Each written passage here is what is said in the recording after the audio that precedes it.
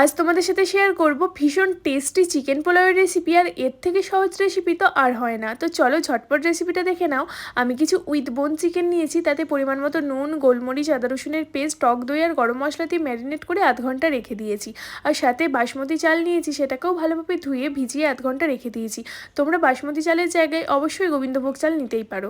আর তারপরে একটা কড়াইয়ে সাদা তেল আর ঘি দিয়ে দিয়েছি কিছু গোটা গরম মশলা, সাথে দিয়েছি গোটা জিরে। হালকা ভেজে নিয়ে দিয়েছি কোচানো পেঁয়াজটাকেও হালকা ভেজে নিয়েছি, বেশি ভাজার দরকার নেই। পেঁয়াজটা পিঙ্ক হয়ে আসলে দিয়েছি 2 চামচ মতো আদা রসুনের পেস্ট। আর তারপর ভালোভাবে ভেজে নিয়েছি আদা রসুনের কাঁচা গন্ধ যাওয়া অবধি। আর তারপর দিয়েছি 1 চামচ ধনে গুঁড়ো। মশলা বলতে আমি শুধুমাত্রই ধনে গুঁড়োটাই ব্যবহার করবো, আর সেরকম কোনো মশলা এর মধ্যে যায় না। আর তারপর ম্যারিনেট করা চিকেনটা দিয়ে ভালোভাবে ডেকে 70% মতো সিদ্ধ করে নিয়েছি।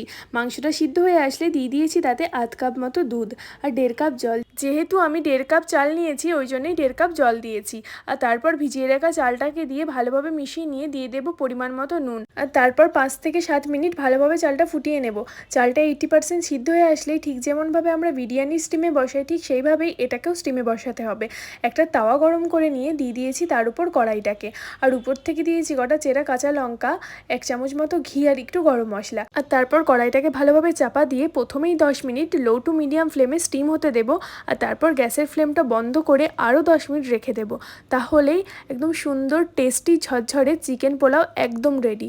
তো এটা ছোট থেকে বড় সবাইকেই দিতে পারো। কেমন লাগলো আজকের রেসিপিটা অবশ্যই জানিও। ভালো লাগলে আমার চ্যানেলটা অবশ্যই সাবস্ক্রাইব করো।